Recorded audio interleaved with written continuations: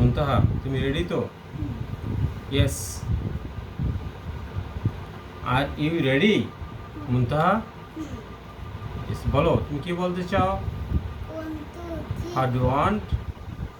1, 2, 3, 4, 5, 7, 8, 9, 10, 12, 13, 14, 15, 16, 17, 19 and 20. Thank you so much. তাহলে 1 থেকে 20 পর্যন্ত তুমি থ্রোলি ইংলিশটা বলে ফেললে।